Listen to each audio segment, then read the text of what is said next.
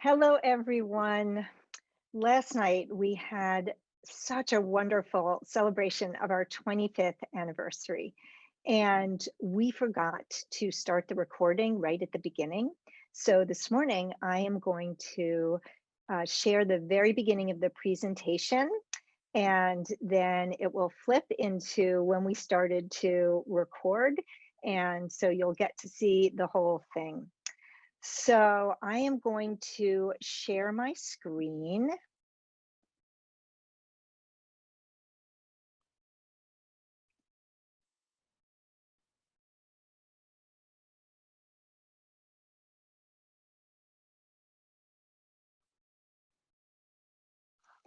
And tell our story. So 25 years ago, my friend Ray Sikora and I moved to Maine and we co-founded this organization. And our goal was to advance the field of humane education, to train people to be humane educators, and to offer humane education to people of all ages. And we had both been humane educators for many years, and we'd witnessed its power to transform people, especially young people. So we wanted to see humane education spread and become fully integrated in schools. So we named our organization the Center for Compassionate Living, but it didn't take long to realize that that wasn't the best name for us. And apparently the scuttlebutt in the local post office, and we live in a town of 1,200 people, very small, was that a cult had moved in next door. Now, anybody who knows me knows how galling that would be to be referred to as a cult, because I am so adamant about teaching people to be critical thinkers. And plus, we were going to be creating the first master's degree program in humane education. So that was the first problem. The next problem was that some people started stopping by inquiring about leaving their elderly loved ones with us because they thought that we were a nursing home. And then the last straw was when our friend defaced our sign and we realized our name had to go. So we changed our name to the Institute for Humane Education. And then we created the first humane education certificate program. And it was the first one of its kind linking human rights, animal protection, and environmental sustainability. And we affiliated with Cambridge College for 10 years. And we were able to offer this as a Master of Education degree. Well, at the very first graduation ceremony that we attended, Congressman John Lewis, pictured there on the right, was the speaker. And so we thought this was a very auspicious start to our affiliation. And then this photo on the left is of Tracy DeWest, and she came to our graduation with her two young children, and the youngest of whom, Tara, just graduated from high school this month. So then from 2011 to 2019, we were affiliated with Valparaiso University, where we added a Master of Arts degree, a graduate certificate, and a PhD through a three-way partnership with Saybrook University. Now, a little bonus information. Our Valpo affiliation was launched when, while we were seeking a new university partner, a student in one of our online courses said, I love this course. Have you ever thought about having a grad program? Well, that student was Stacy Holt Saros, who is the woman on the right in the fancy gown, who is a professor at Valparaiso, and Mary Pat, who was leading the program, the course at the time, chimed in. Funny you should ask. I just sent you all the syllabi, and the rest is history. Now, right from the start, along with our grad programs, we offered weekend workshops. And it was called the Sowing Seeds Workshop. And it was for teachers and for activists. And it reached more than 1,000 people, training them to be humane educators across the US and Canada. And several of our MEd graduates led these workshops to great acclaim. It was not uncommon for them to receive evaluations that describe the weekend as life-changing and world-changing. And we also produce guidebooks like this Sowing Seeds workbook that we produced in 1998. Well, that was just the beginning. Today, we have two cutting-edge free downloadable guidebooks, the Solutionary Guidebook for Teachers and How to Be a Solutionary for Students and Activists. And if you haven't downloaded these yet, just go to our website, humaneeducation.org, and you can download them. Now, in all of our free time, we began producing free lesson plans and activities for educators, many of which were created by students and alumni of our graduate programs. And these were also curated and led by Marcia Rakestraw, who is one of our graduates. And then in 2009, the IHE Resource Center won an award from the Social Psychology Network, and today our resources serve thousands of educators every year. So as we grew and continued to develop the field of comprehensive humane education, we began to shift its objectives to include more systems thinking and systems change. And this led to a refined focus on educating a generation of solutionaries. Now, I know you all know what a solutionary is, but it always helps to go over the definition. So here we go. A solutionary is a person with the knowledge, skills, and motivation to identify and transform unsustainable, unjust, and inhumane systems so that we can create a world where all people, animals, and nature can thrive. In 2010, I gave my first TEDx talk, The World Becomes What You Teach, introducing the idea that educating a generation of solutionaries should be the very purpose of schooling. So within a year, that talk had become among the 50 most viewed TEDx talks. And as its popularity demonstrated, virtually everyone could get behind the exciting idea of educating youth to be solutionaries.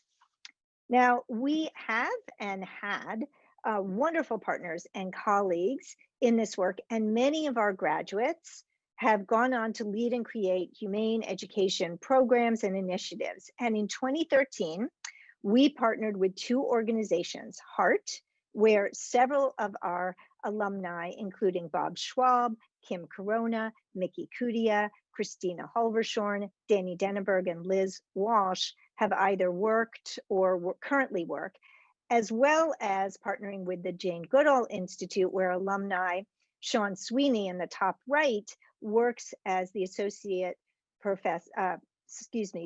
vice president of communications. And this was all to offer a humane education conference in New York City called Educating for a Just, Peaceful, and Sustainable Future. So we sold out by the early registration deadline, and we had to secure a bigger venue at New York University, and then we promptly sold out again.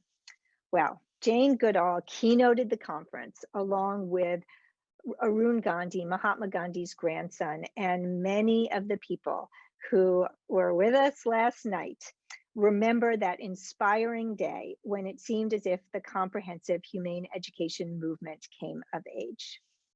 So for 18 months, we worked on an ambitious project to open the first solutionary school in New York City.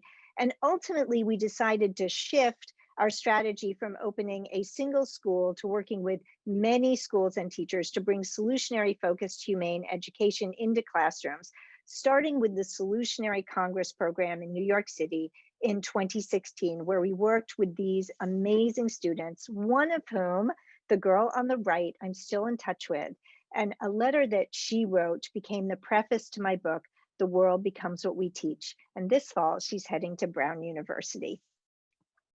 Well, the Solutionary Congress program in New York evolved into the Solutionary program pilot in Maine, led by Barbara Fiore in 2017 and 2018. And a half dozen or more schools brought solutionary learning into their classrooms, and students then presented their work at two solutionary summits. So we produced a video that I am about to show you, and then after this video, that's when we started recording. And so you will then shift to seeing last night's live event. We're here from Deering High School. We are from Wayfinder Schools in New Gloucester. Hi, we're sixth graders from Falmouth Middle School. Recently, there has been a large uptick in harassment. We identified 3 major problems during our water quality investigation. The system contributing to animal testing is human consumption. Our solution, we have typed up a 10-page legislative proposal to amend Trafficking Victims Protection Act of 2000.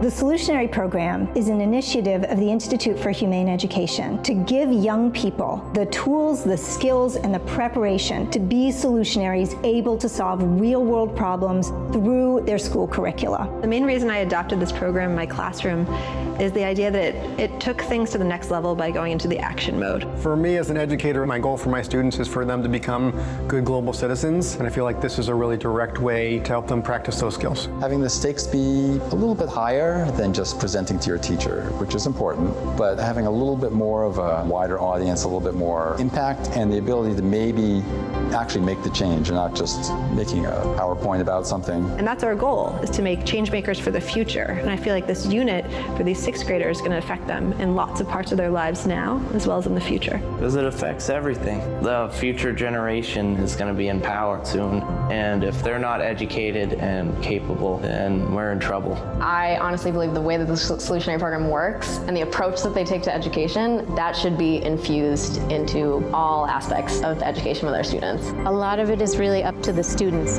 which is really nice for me because it empowers the students to really take the lead and take over. It allows us to work with real problems in real time. I feel like I'm actually doing something about it and I can actually help. It helps me learn more about myself, more about the world. I like this class because I get to learn more about the world and like what's going around, what's happening around us. This class feels different from my other classes because it's just a lot more hands-on, and I'm working with a group to solve these problems, and we get to do research, and it's just really fun, and you get to do something that you feel passionate about. Giving the students power over their own learning so they can choose what they feel most passionately about that and explore that and realize I can actually have an impact on my community and my world in the way that I solve this issue. So right now we're focusing on being an active bystander, so intervening in a situation where somebody may be being harassed, whether it's in school or outside on the streets. It's cool for us to learn this training and to teach others so that we can get them help. We're going to be there to help the person that is being harassed. This class has given me the skills and the confidence to do it. The kids' enthusiasm, the buzz in the room, the conversations that they're having that are really making them more aware of local and global issues. I mean, this is why I went into teaching, and it just feels really meaningful. Bring the Solutionary program to your school. Do it. It'll make you think. It will make you step out of your comfort zone, and it will open your students' eyes to a whole new way of thinking, and it will empower them.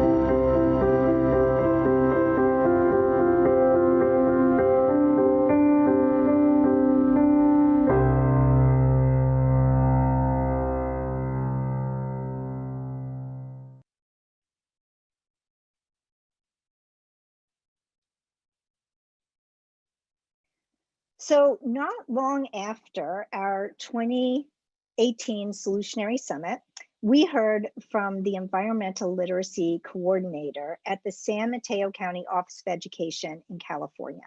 She'd read The World Becomes What We Teach, and she'd brought it to her fellow curriculum coordinators to read as well. And then they made our approach the philosophy and framework for the entire county, serving 113,000 students in 23 school districts.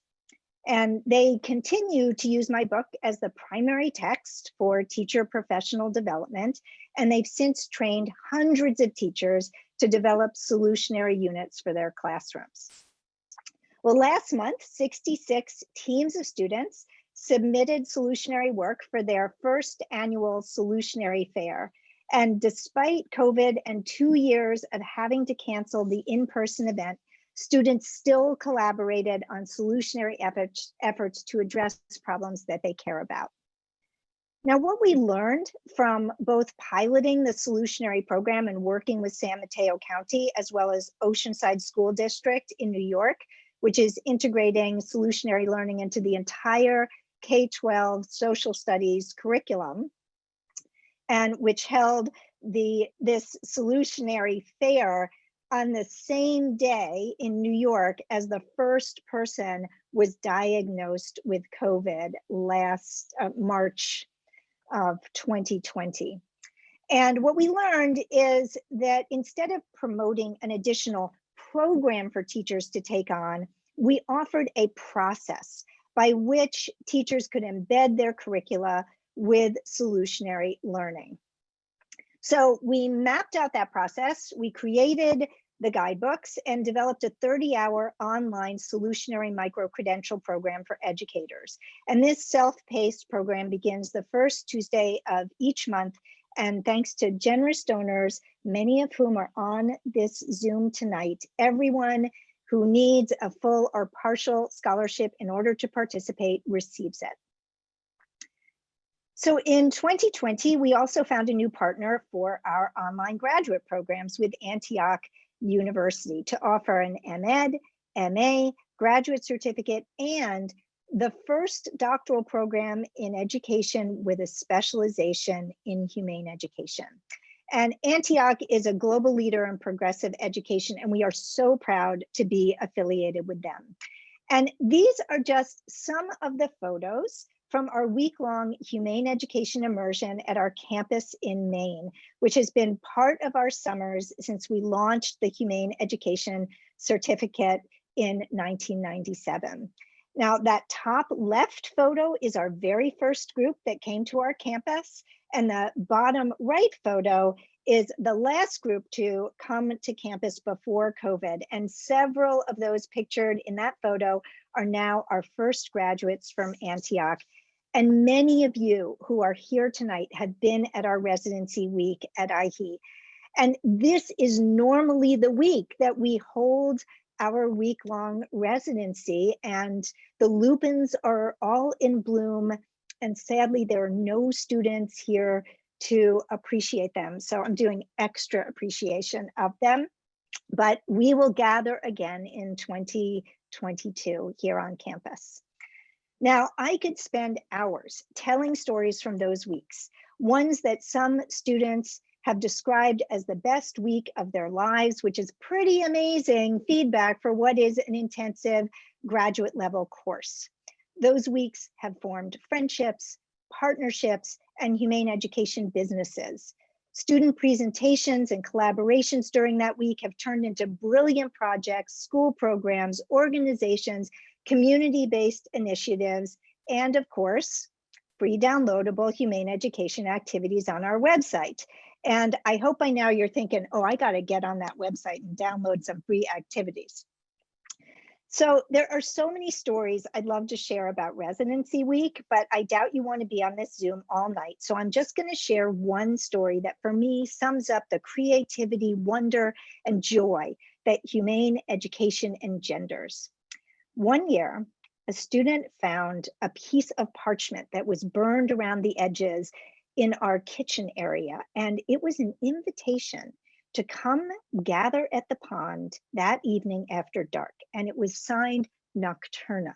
Now, no one, including staff and faculty, had any idea who Nocturna was, although we were trying to figure it out. But this being humane education and us knowing that it was going to be great, we all showed up at 9 p.m.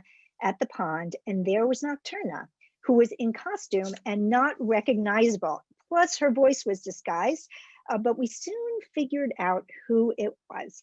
It was one of the students, Kathy Kanzulka, who took us on a fascinating night walk, awakening our awe about all things nocturnal. She called in owls and then had us examine owl pellets, which are the coughed up remains of owl meals, which are full of bones, and they're really cool unless you're disgusted by them, in which case they're not. But we gazed up into our unfathomable galaxy, and the learning and joy and wonder was palpable. And to this day, my husband, Edwin, and I still talk about Nocturna and that magical night of humane education under the starry sky. And by the way, this is a photo of the Milky Way reflected in that same pond that was taken by my son, Forrest. So as I look back on our 25-year history, so many amazing people come to mind.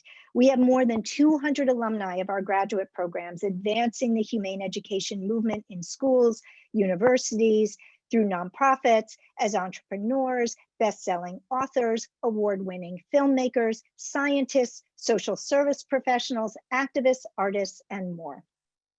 We have thousands of people who've taken our workshops and online courses and brought humane education into their schools and communities and created robust humane education programs, including camps, trainings, after-school programs, religious education courses, and more. And of course, we have had hundreds of thousands who've downloaded those free resources that I keep mentioning.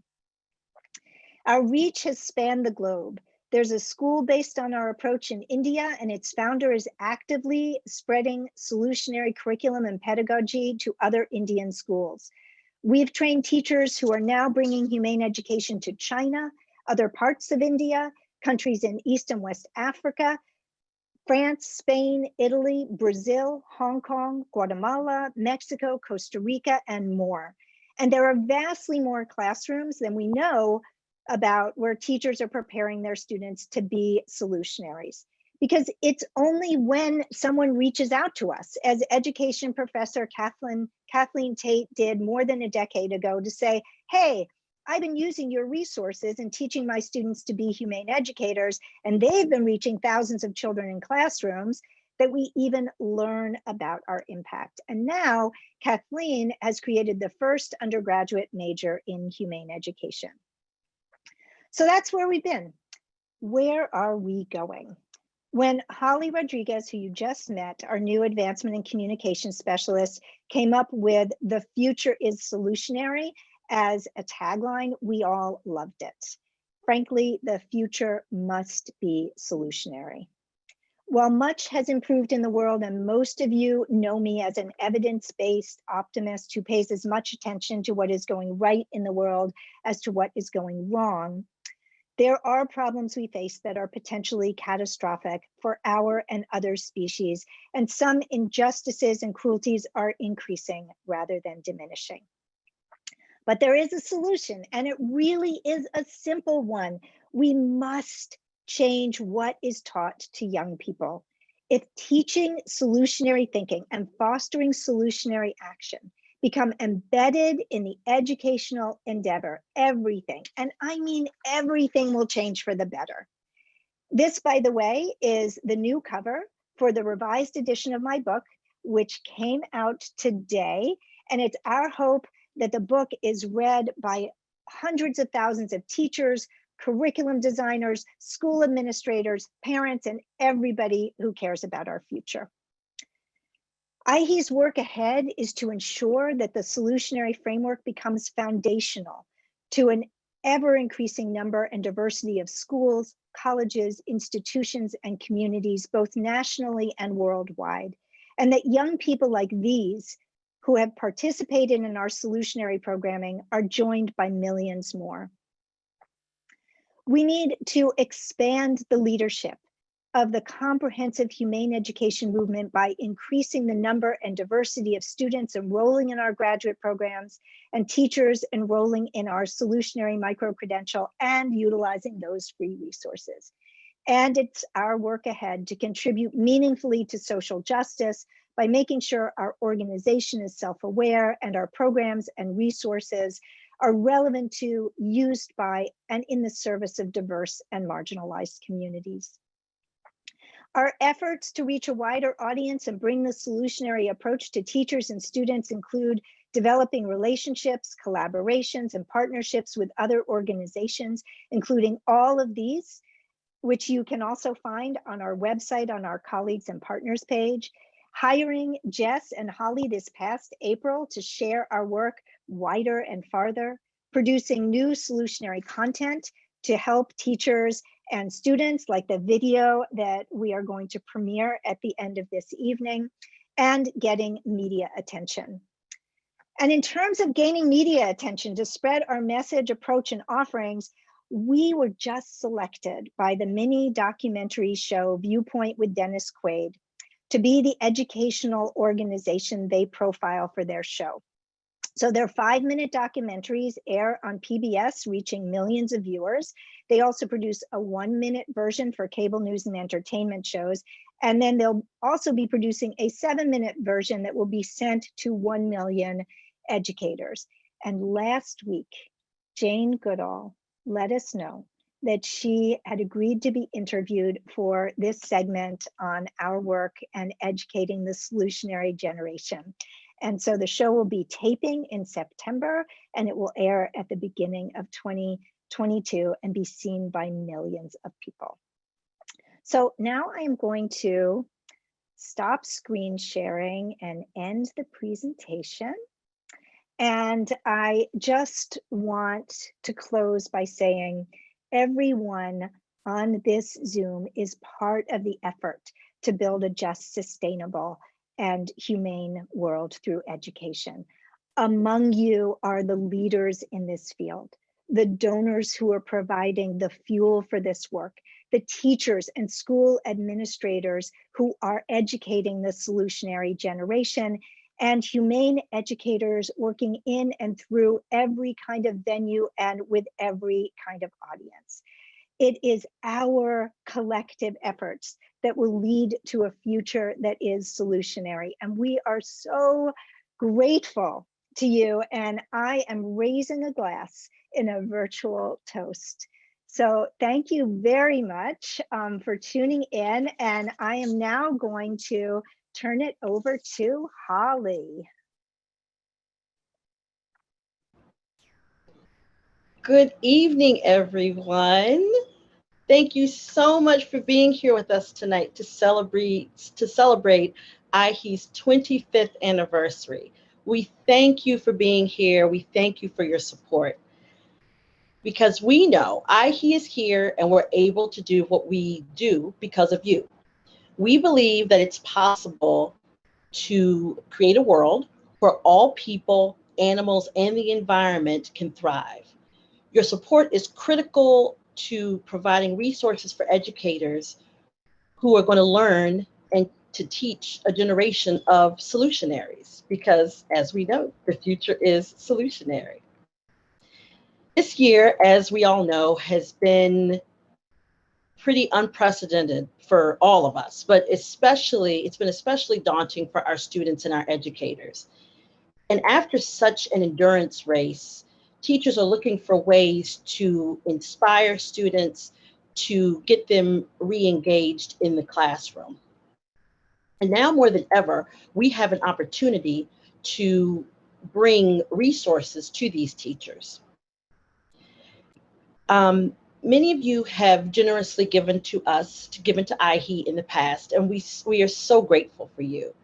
As we look forward, we need your continued support. And one way of doing that is to become a monthly donor. In doing so, you are contributing to revolutionizing education.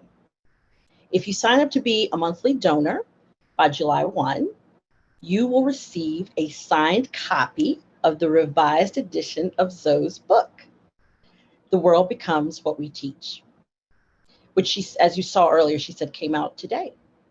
So tomorrow you'll receive an email from Zoe with details on how to become a monthly donor. And, of course, if you have any questions, please let us know. We're here to help. And we thank you for all of your support as we work to raise a generation of solutionaries. Thank you so much again for being here to celebrate with us. And now I'm going to turn it over to Mary Pat. Hi, everyone. Thanks, Holly. Thanks, everybody.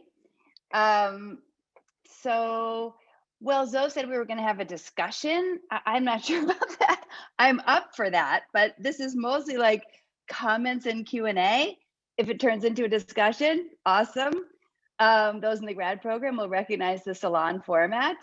But for now, I think the way we're going to do it is if anybody has any comments or questions, Type in the chat, not the comment or the question, just type comment or question, just so that, because we have a lot of people on the call, so we don't want people talking over each other.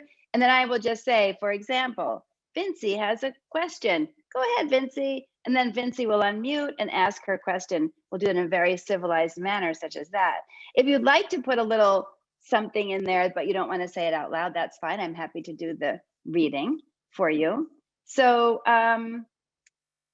yes, please, anybody can begin.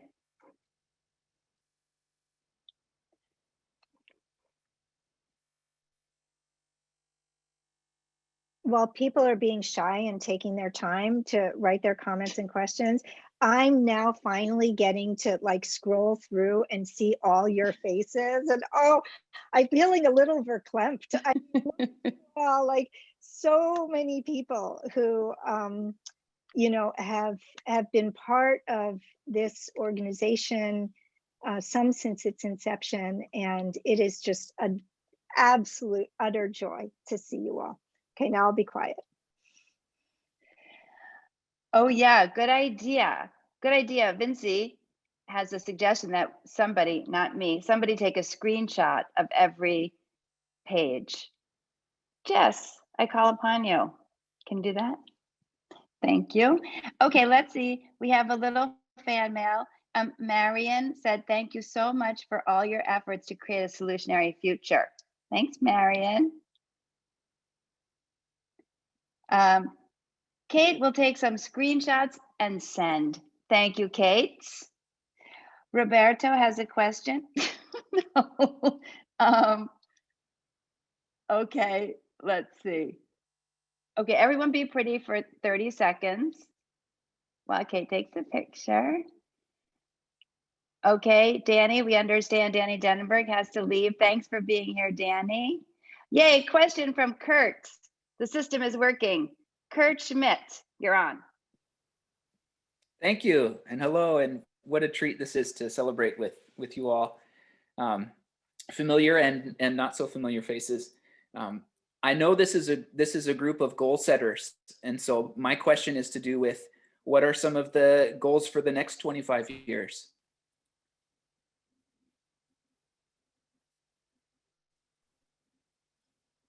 So the goals that I was sharing, they're not quite 25 years. They're the next 5 years, really seeing this work. Were you asking us or were you asking the whole group? Because I bet there are a lot of people in this group who have some pretty amazing goals for humane education. You I think, given the scale of the given the scale of opportunity this evening, yes.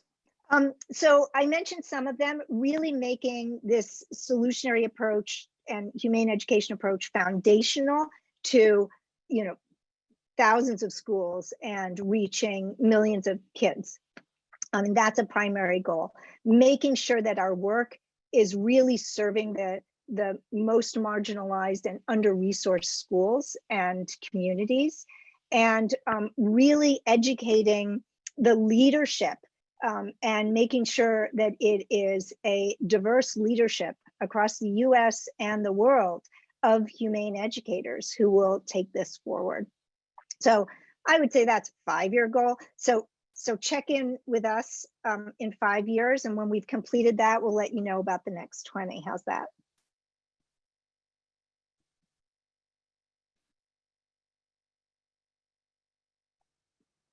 I want to add something to the goals, like in the grad program, especially because we have so many awesome alum here. Really, my goal is to have a big Woodstock style reunion on the IHE property in the next 5 years. Oh yeah, I'll be forming a committee for that. Little revisitation to the guest house, and everyone's welcome. You don't have to actually have gone through the program. Everybody on the call. Zoe will be cooking every night. It's going to be awesome, kind of like a retreat. And aside from that, another goal is we now have an EDD program. So I feel like anybody out there who's interested in early childhood humane education, I feel like we have K through 12 for the Solutionary program. We have now somebody's doing an undergrad program. We have master's programs and we have a doctoral program. We're missing this little gap. So anybody interested in early childhood, solutionary or humane education, contact me. I feel like we need to get something going there so that we have wraparound compassion and care. Okay, let's see.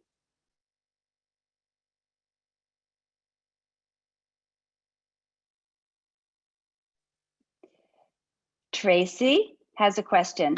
Tracy? Hi, it's so nice to see you all. So thank you for that amazing talk. I know, Melissa, I haven't seen you in years. All right, not reunion time.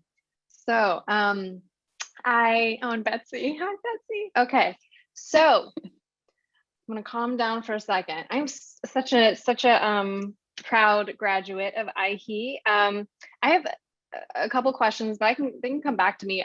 My main one is I want to recommend IHE for a huge religious community center. So I'm wondering, like, if there's some sort of I don't know if you guys are already working with religious communities, like if you have an interesting pitch or something on how humane education could be integrated into a religious program. Obviously, I can tell anyone more details for this particular connection. Yeah, Tracy, hit me up on email and we'll talk about it.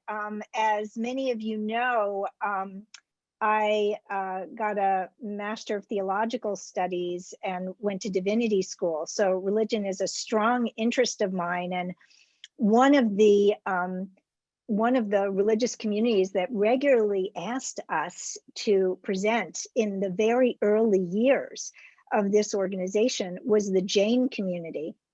And we were invited to lead workshops in Jain communities. And I have spoken in a number of religious institutions. So we will talk.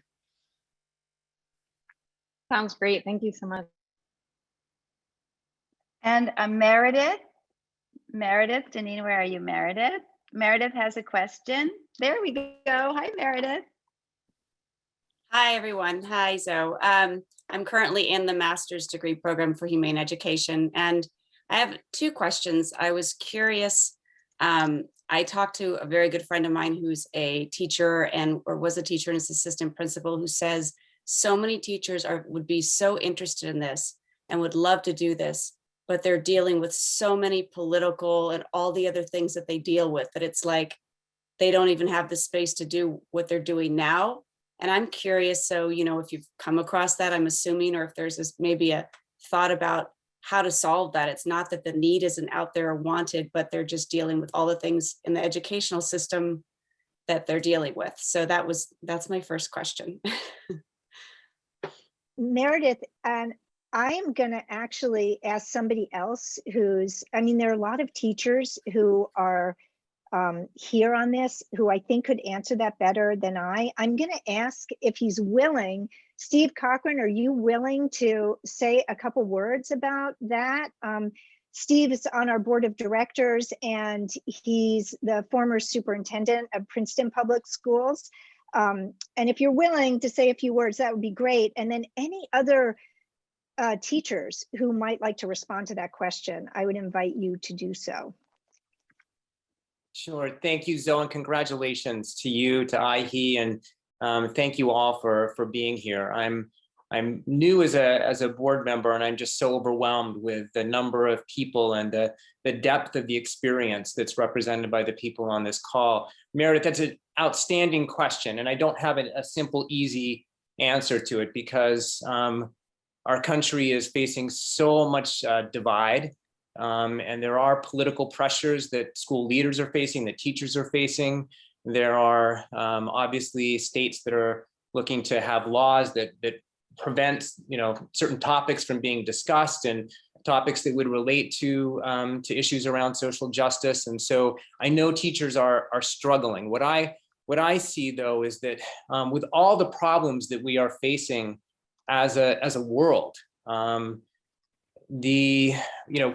climate change to systemic racism to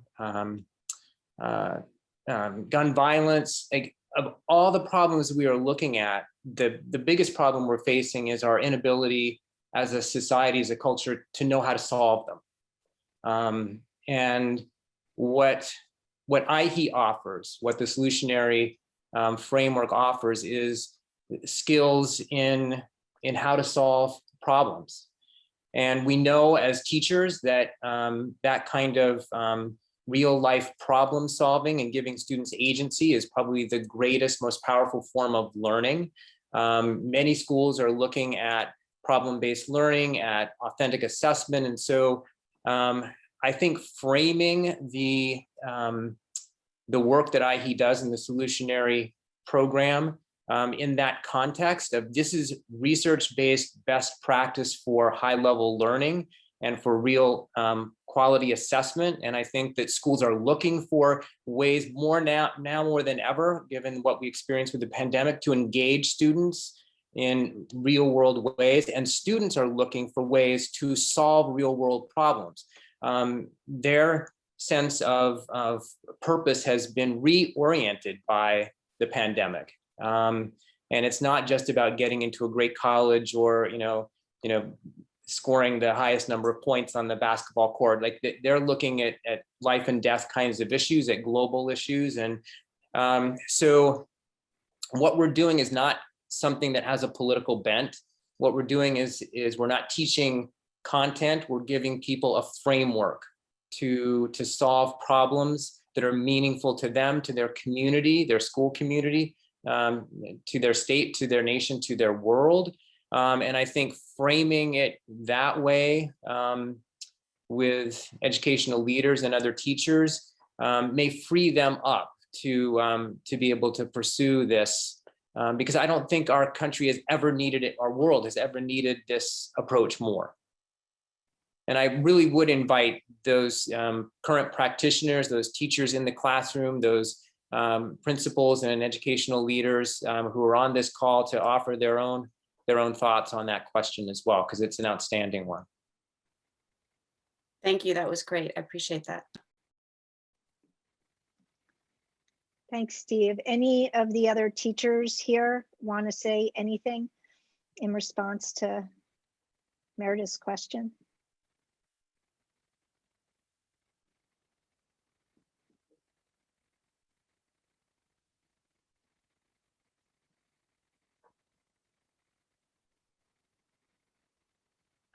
This is not in response to the question. I don't know if anybody has, but I'm going to just read some of the, I just want to say that Mary Lee Duff has suggested another conference like 2013, which would be nice.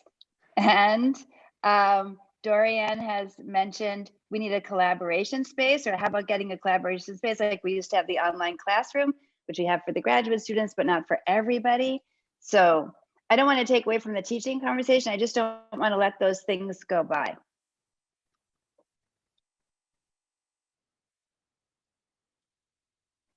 And Meredith, did you have another question? Did you say? Well, my second question was, how much does leadership know, or does leadership in the country know about our program? Basically, have we told Biden that we exist, and have we, how far? That's Holly's job. Holly, you're on that, aren't you? Of course, I'll get right on it. Like the way you think, Meredith. Holly's also working on Oprah, but no, I actually did reach out to Jill Biden. So we need to, reach out to her regularly. I'm not sure that, she's checking her mail from us all the time. Mary Pat, it looks like there's a comment. Yes, Catherine would like to respond to Meredith's question. Please, Catherine. Hi, well, I'm new and yet very old to education, and just wanted to say that honestly, this was the most challenging year of my professional life. I work at a boarding school, had to teach simultaneously, the hybrid model, behind a mask, foreign language. And if I hadn't found your program, I think I'd be out of education this year. So I'm very grateful for the lifeline. Thanks, Catherine. Thank you, Catherine.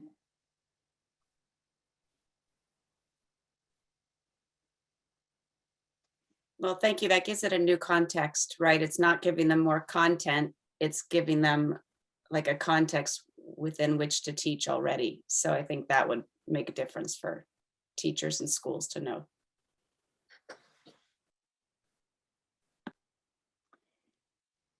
Vinci has suggested any chance for IHE to organize a TEDx for solutionary teachers and alum to share their work and impacts.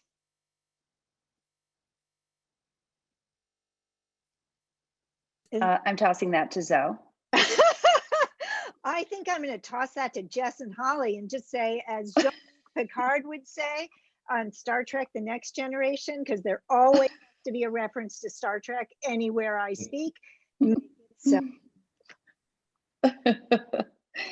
And Kim Corona has a question. Kim, the floor is yours. Thank you, Mary Pat. And I just also want to say congratulations to IHE. I mean, 25 years is a huge accomplishment, something to be really proud of. And I just wanted to ask, when you first started the Center for Compassionate Living to where things are now, like what was your initial vision and what has surprised you about where it's come? And has it evolved in the way you expected or in different ways than what you originally expected? Because I think this is an important time for reflection on this momentous occasion. Thank you, Kim. It's funny because right before this Zoom, I was having dinner with my husband, Edwin, and you know, we always say something we're grateful for before we eat dinner. And I expressed that I was grateful that, you know, for all the people who helped make this organization last for 25 years. And I said I was grateful that its biggest influence, its biggest impact is to come. I think at the time, there really was that shift from humane education being focused around personal choice making, primarily, and sort of encouraging activism secondarily, to humane education being primarily focused on educating people to be solutionaries and systems changers, not sort of a separate category of activist, but somebody who brings the solutionary lens to problems, thinks like a solutionary, acts like a solutionary. So no matter what careers or professions they go into, they are working to ensure that the systems within those professions are just, humane, and sustainable. So that was a big shift, you know, and that was kind of a shift in a way in the middle of this organization's history. If I'm truthful, I imagined we'd be further along in terms of our impact on changing the school system. You know, Ray and I had this vision that all teachers would be humane educators, no matter what subject categories they taught, and that there would also be humane educators hired separately, like math teachers, so that, you know, there would be a humane educator.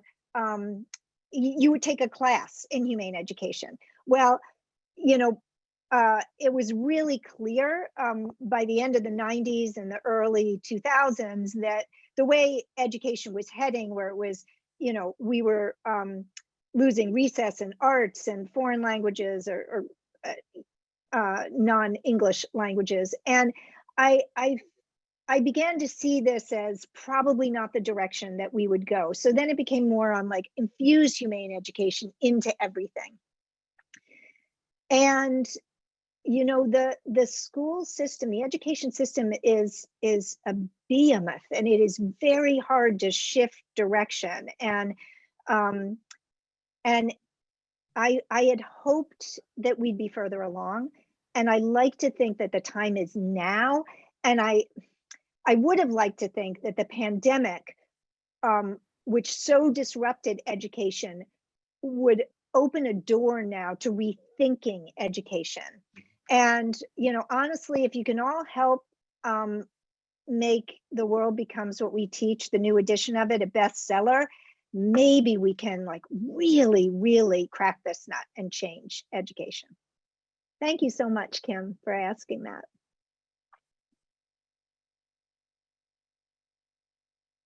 And Judy Crumpton says, congrats and thank you, Zoe and IHE, for all that you do. Nice. Thanks, Judy.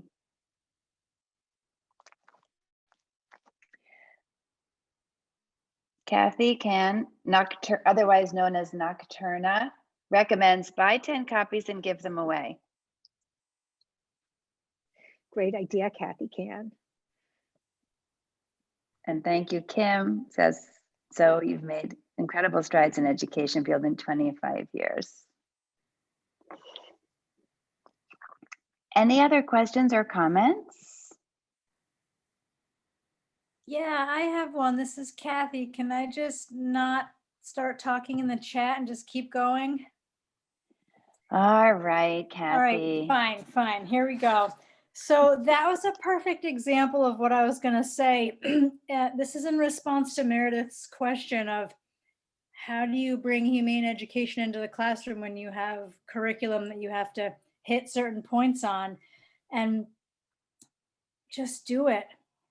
Just do it. But how? So I like that phrase of better to beg forgiveness than ask permission. And I'm not saying break the rules, and I'm not saying be too aberrant, and I'm not saying anger parents or administration, but everything you do can infuse humane education into it. So I just loved picking a topic and then merging that with some fun way to present it. So if you're a history teacher and you're looking at wars or slavery or land grabbing or anything, you can make a fun game out of the learning process. And I consider that humane education. Or even if you're studying a problem that you can't fix right now, have your students suggest what they would have done if they were in that situation, and then talk about why people didn't do that, or maybe people did do that and did they get in trouble. And there's always a way to slip humane education in and still meet your agenda that you're required to meet. And wow, we have a whole wealth of information right here, the books people have written and the website and all the resources on there, and you can implant your content into the framework of the design of all these educational tools. I mean, it is slick, it's slick. So I just want to encourage you to bear the brunt of the possible backlash of what people might say, and be brave and go home and fill yourself up somehow with the energy to keep going, because you're going to be pushing against people's spots that they don't want to be touched. They don't want to see certain things. They don't want their kid exposed to it, which might just mean that they don't want to have to look at it and have the conversation at home. Be brave, be strong. Again, just do it. Pick a topic in whatever you're working on now, fractions, and find a way to infuse this into it with a game. Take the kids outside, whatever you have to do to get them on a field trip, sign permission slips or get the bus driver or write a grant to get some money to do the thing you want to do. You know, I'm talking like it's so easy. And I was a teacher and I understand the constraints and how exhausted you are at the end of the day, and how your day's not even done when your day's done, because you have to answer emails and do your second cohort of Zoom sessions or whatever the things you're doing now, or coach or do drama. Teachers are required to do all kinds of stuff. But if there's something that you're passionate about, just sit quietly and think, how can I present this in a fun way? And how can I empower these kids to feel like they're coming up with solutions to this problem? And that's all I have to say on the matter. And it's no surprise that Kathy was Nocturna, right? Like, yeah. That's the surprise factor. I love it. If I had told somebody, it wouldn't have been a surprise. Yeah. And so great. talking about it for the last 20 years. That was great. I still have bird nests back in my closet that I'm keeping for the next time Nocturna might show up. Next year, but don't tell anybody on this call.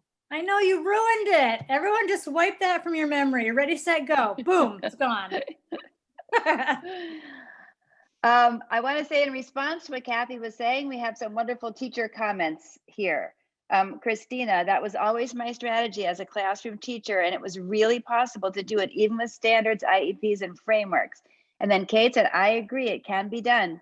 Stacy, it's the most effective, high impact way to hit those standards. So that there's a lot of support for that. It's yes, and can hit the standards and Christina said, I found there is rarely backlash for engaged learners. Mm-hmm. Yes. There's a teacher who registered for tonight, but wasn't sure that she was going to be able to make it. And I don't think she's here. Her name's Julia Fliss, and she teaches in a school in Colorado. And she's a 6th grade language arts teacher. And basically everything she does is teach her kids to be solutionaries.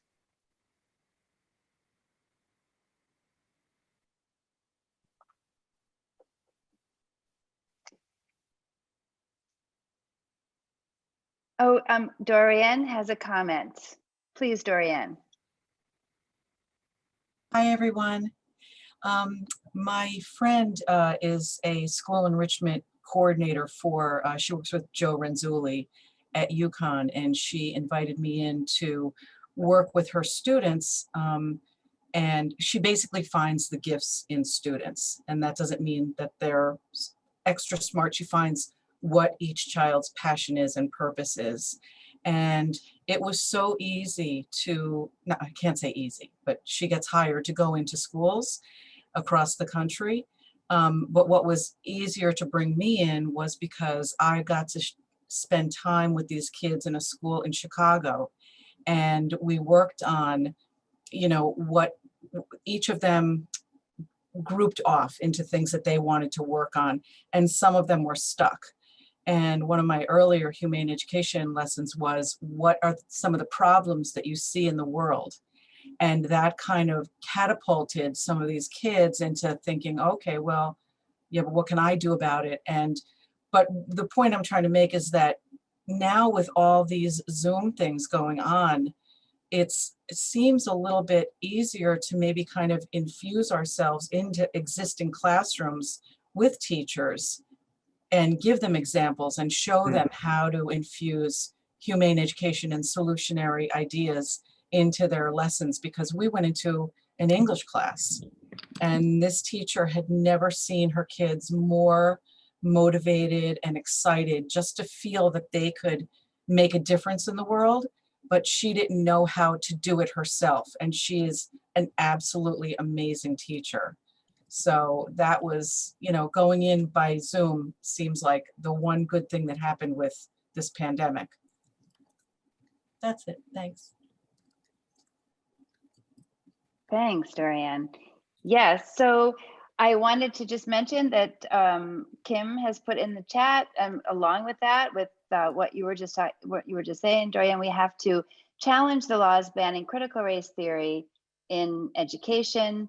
And if anybody has any, let's say we have, okay, and then Gertrude, okay, Gertrude has a question, and Steve has said it'd be great to build a database of great lessons and ideas humane educators have been using in different subjects and grade levels. So that'll also be a good topic for the TED conference that we're going to be organizing, that Zoe will be organizing shortly, thanks to Vincie's suggestion. So we have, it would be a really good topic though, you know, how to infuse it at different subject levels and different subjects. So Gertrude has a question, and then I'm gonna, let's see. So will I turn it back over to you or to Jess? You're gonna turn it over to Jess. Okay, but we still have, so Gertrude has a question. Gertrude? Okay, it's sort of a two-part question. So going back to the suggestion of buying books to donate, the world becomes what you teach. Would IHE consider like a package deal of, like maybe it could be a donation package type of thing where someone could buy 25 copies or, whatever to celebrate the 25th anniversary? And the second part of the question is, do you think it would be more effective to donate them to particular teachers or to particular classroom teachers or to a library, or what have you found in your experience to be the most effective? Well, for sure, we'll cut you a good rate for 25 copies, not to worry. And this is the perennial question about what are the best strategies for creating change in education. Would it be better to find a school leader who has a school that is ready for this and say, here are 25 copies for your teachers, and create a discussion group around these and Zoom Zoe or others in to have conversations or even come to the school? I think that 25 copies in the right school with the right school leader is more effective in general. But if 25 teachers who would want this book and who would be ready to do kind of what Kathy said and others have said, then those are the people to give it to. A lot depends on who you know.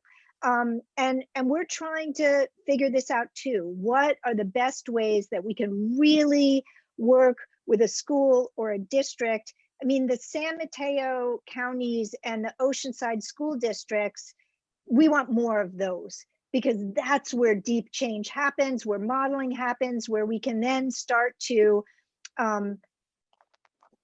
get some studies done, some research done on these schools that demonstrate how effective this is and bring in big grants to then make this happen elsewhere. And maybe have a little something in each book about the Solutionary Micro-Credential Program. Like, that's a really nice soft way to start, before doing teacher institutes and everything else. It's wonderful. Betsy is running that, and that would be a great thing to connect when we send those books to teachers. For sure. Connect with that. Great point. Thank you. Okay. Yeah. Oh, Gertrude, did you have another question? Oh, no, I was just saying thank you. Oh, no. Okay. Okay. All right, everybody. Thank you so much.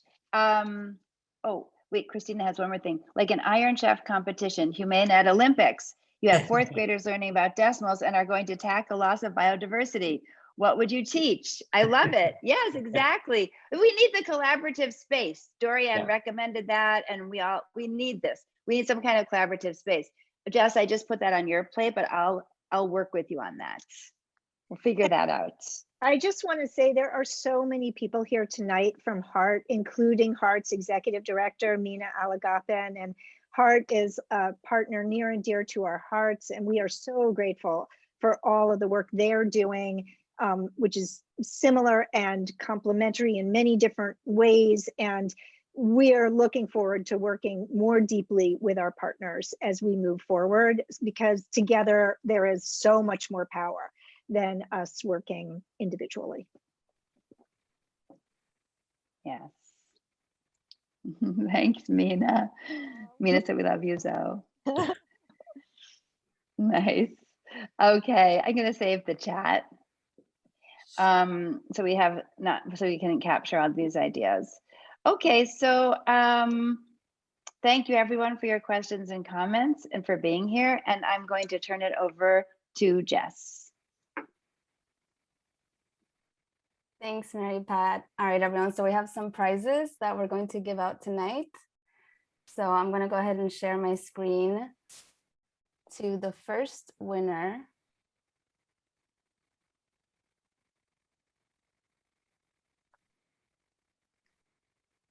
All right, can everyone see my screen? Oh. We have Judy, winner of a Humane Education Library. Yay, Judy. Congratulations. And we have one more of these that we're giving away for Kyla Cruz. All right, next we have a vintage collection of buttons, and we have 2 of those that we're giving away. Rafael Espinosa. All the way in Costa Rica. Oh, wow. And Abby Power. And next we have Paola Perez has won Zoe Wild's original artwork.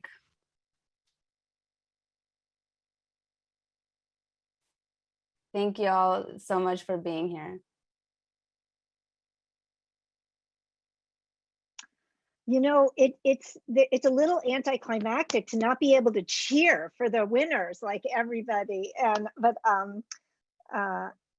we'll be sending those to you soon. And Jess, you are going to close our night with our brand new world premiere video. And so Jess is going to share her screen again. And then we will come back to just say goodbye and make a toast.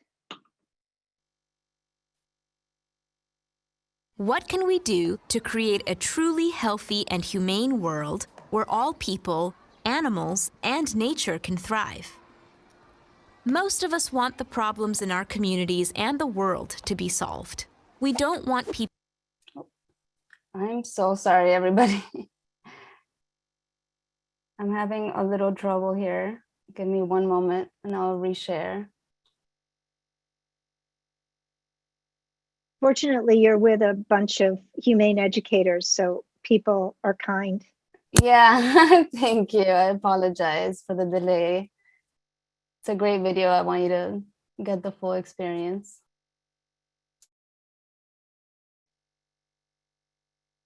Okay.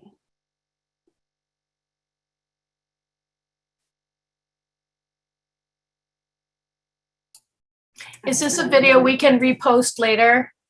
The one that you're about to play? Yeah. Okay, I'm gonna start sharing again.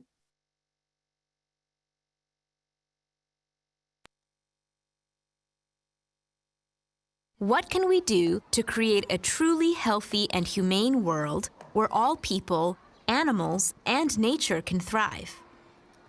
Most of us want the problems in our communities and the world to be solved. We don't want people to go hungry or be treated unfairly. We don't want the environment to be destroyed. And we don't want animals to be abused. Is such a world even possible? And if it is, how can we make it happen? It is possible. We just need solutionaries. What are solutionaries, you ask? Solutionaries identify unjust, unsustainable, and inhumane systems that cause problems and then work together to solve those problems in ways that do the most good and least harm for people, animals, and the environment. Have you ever noticed how much plastic and disposable stuff we use here? And almost all the food is made with meat and cheese. Why is that a problem? I've been learning about the harmful impacts of disposable plastics and certain kinds of foods on our health, the environment, and animals. Like what? Plastics are now so common in the ocean that there's an area twice as big as Texas, full of plastic in the Pacific, and this harms sea life. And animal agriculture is one of the biggest contributors to global warming and water pollution, causes so much animal cruelty, and can harm our health.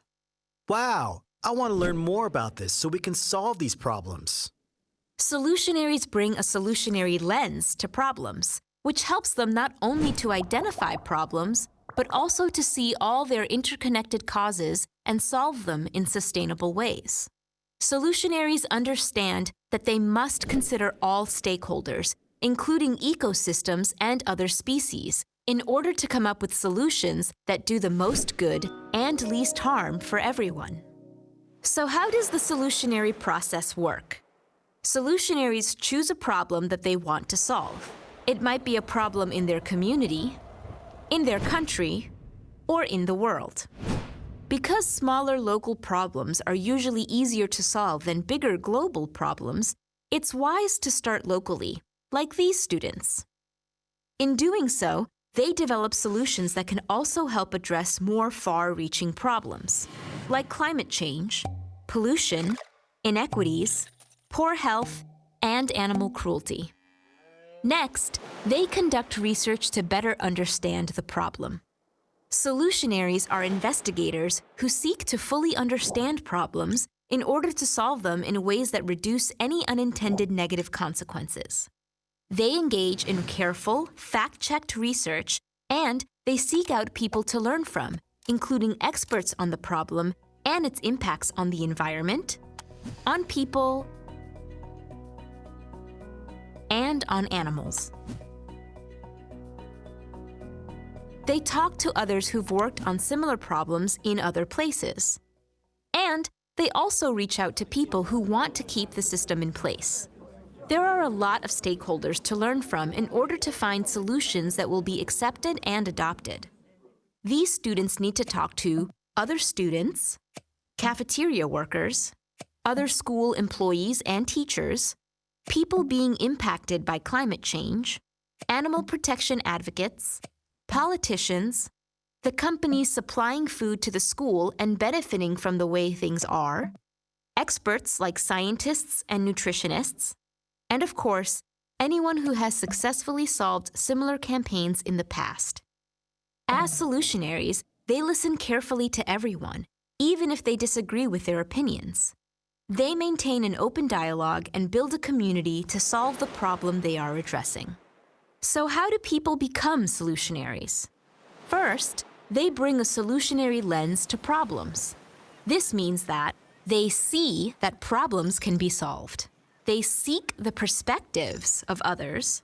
They recognize that problems don't exist in isolation. They focus on solutions.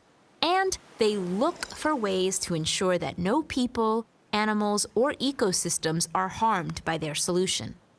Next, they have to think like solutionaries, which means they have to become good critical thinkers, systems thinkers, strategic thinkers, and creative thinkers. They learn to see that problems are like the tip of an iceberg, and we have to look below the surface to see what's causing them. Solutionaries identify the interconnected systems that lead to problems, as well as the mindsets, beliefs, and worldviews that give rise to those systems. Solving problems can be challenging. Often, we find ourselves wanting to ease others' suffering, and so we may come up with humanitarian ideas such as raising money for charities to help those in need. It's wonderful to help others, but we need to remember to put as much energy into solving the problems that cause harm and suffering to begin with. And sometimes we just want to clean up the mess in front of us. So we may think of ideas like recycling the plastic waste from the cafeteria.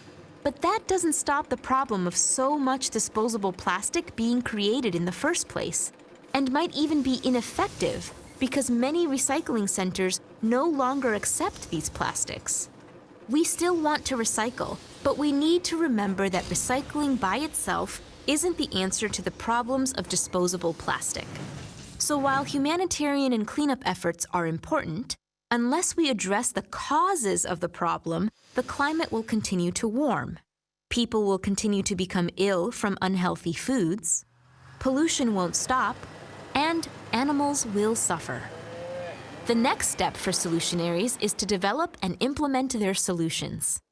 To be successful, solutionaries look for a way to change an unhealthy system, like these students are doing as they address the food system at their own school. Their solution is to create a practical, cost-effective plan for transforming their cafeteria so that the foods served and products used are healthy, sustainable, and humane. Then, they work with their school administrators and the chef to make their plan a reality. The result? The food is just as tasty while also being healthy, friendly to the environment, and no longer cruel to animals. The school's food suppliers still make money on the healthier foods, but now other producers like local farmers are able to sell their foods too. There's no more plastic waste to dispose of and pollute the environment because everyone is filling up their reusable bottles and using reusable utensils and plates. What's great is that when systems change, often our mindsets change with them. Where it used to be an inconvenience to eat in healthy, sustainable ways, it no longer is. The new way of doing things can quickly become something that everyone can support. Small victories can then lead to even bigger changes. You want to help us do this for the whole school district? Let's do it. Successful solutionaries will want to share their solutions so that they spread far and wide. How can these solutionaries create more far-reaching changes beyond their own school? Some students might want to work with the media to spread their solutionary ideas. Some might connect with those working in the food system, such as plant-based food companies and local farmers, in order to make it easier to change what's served in cafeterias. Others might want to participate in the political system by working with legislators to pass new laws that help all school districts make the switch to providing students with the healthiest possible foods while not damaging the environment or causing animals to suffer. What does this look like in practice? One group of creative students makes a video to share their message and then organizes a town hall event where the media then report on that message. Another group contacts plant-based food companies and local farmers for support in order to make continuing positive changes to the cafeteria even easier for their own and other school districts. And another group decides to bring all the research and information they've gathered to legislators who can pass laws to stop using taxpayer dollars to support destructive farming practices and start supporting food production that's good for everyone, starting with what's served to children in schools. As you can see, solutionaries come with different interests and skills and bring their unique talents to bear on the problems they care about. They build a community around the problems they want to solve. They work together to create synergistic, systemic solutions that are likely to be adopted. Then, they share their successes widely, inspire others, and take on new challenges, celebrating along the way as a more just, humane, and healthy world unfolds. It's time for all of us to put on our solutionary lenses, think like solutionaries, and work together to solve the problems we face. There's no time to waste. You can make a difference. The world is waiting for your great ideas.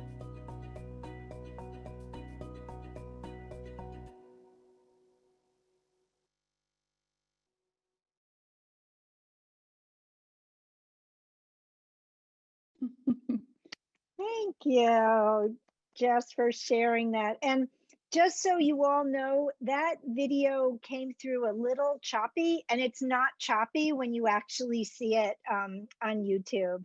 And hey, Ray, the co-founder, has joined us. It is so great to see you. So Ray Sikora, maybe say hello so people can meet you who don't know you.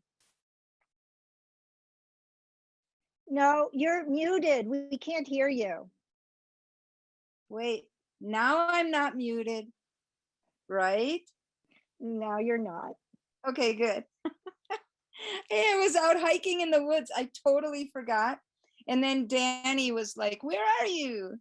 So hi, everyone. Sorry, I was a little late. Well, you missed the early photos of you at the beginning and the story of us co-founding the organization. But thank you so much for being here.